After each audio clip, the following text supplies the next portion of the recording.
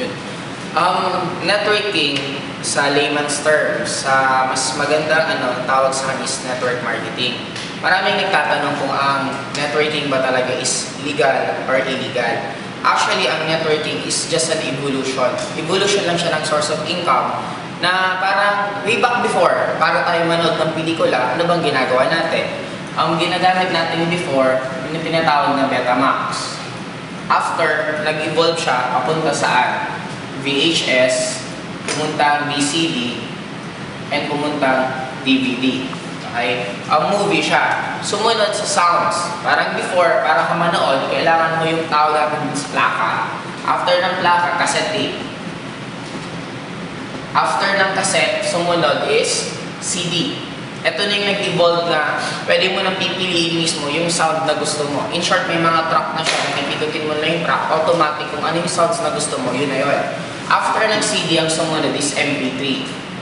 Ang naging advantage sa MP3, sa konti lang nalalagyan, sa sobrang liit na lalagyan, pwede ka maglagay ng 1,000 na sounds. In short, evolution na siya. And parang source of income. Before, ang source of income lang, ang isa lang. Ano yun? Pwede kang maging employed. After ng pagiging empleyado, sumunod na naging source of income, pwede kang mag-business. Ang difference itong dalawa, the good thing sa business kasi, pwede kang mag-leverage. Ano yung tinatawag na leverage? Pwede kang mag-hire ng mga tao para mag-work under you, and ang nag-benefit ng marami is ikaw pa rin. Ikaw yung kumikita ng malaki.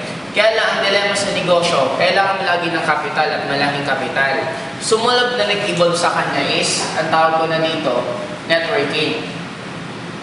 Ito yung maraming tao na nami-misconcept ng akala nila ang networking is illegal kasi ang nangyayari sa networking, normally daw ang kumikita lang nasa taas or ang kumikita yung mga nauna. Pero kung i-analyze mo rin dito sa business side, even business ganoon din eh.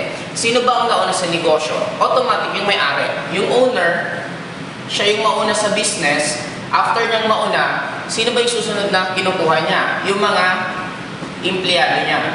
Yung mga empleyado niya ngayon, automatic, sino bang pinakakumikita ng malalaki? Owner.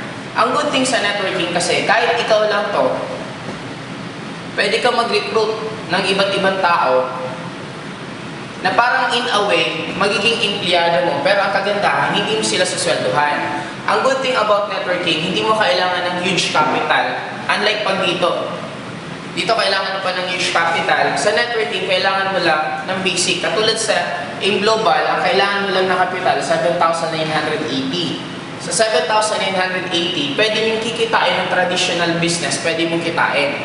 Kasi dito sa amin, as much as kaya mong kumita ng pinaka-maximum na income na 24,000 per day, yun ang pwede mong kitain.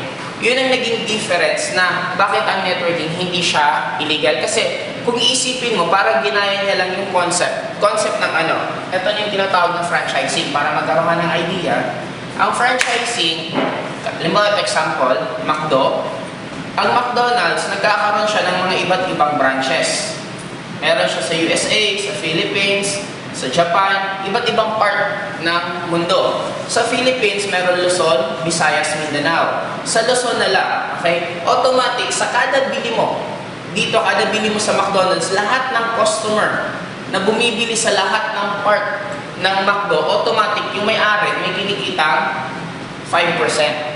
Marami sa atin ang tingin natin sa franchising sa big time business kasi nga malaki talaga yung ikakapital mo. Pero kung i-analyze mo sa networking, halos parehas lang siya. Ang naging difference lang dito, establishment by establishment by establishment. Ito tao-tao lang. Pero pareho din yung nagiging concept. Bakit? The moment nagkakaroon ng benta, may mga benta sa customer, yung lahat ng dinadaanan, automatic kumikita. Ang kagandahan lang dito kasi sa networking, kailangan mo lang ng ganito kaliit na kapital, unlike dito, million yung kapital mo. Ang kagandahan pa dito, kahit hindi ka marunong, meron magtuturo sa'yo. Pwede kang mag-attend ng mga seminar, attend ka ng mga training, para turuan ka kung paano makikita ng malaki. Yun ang naging difference ng networking sa traditional business.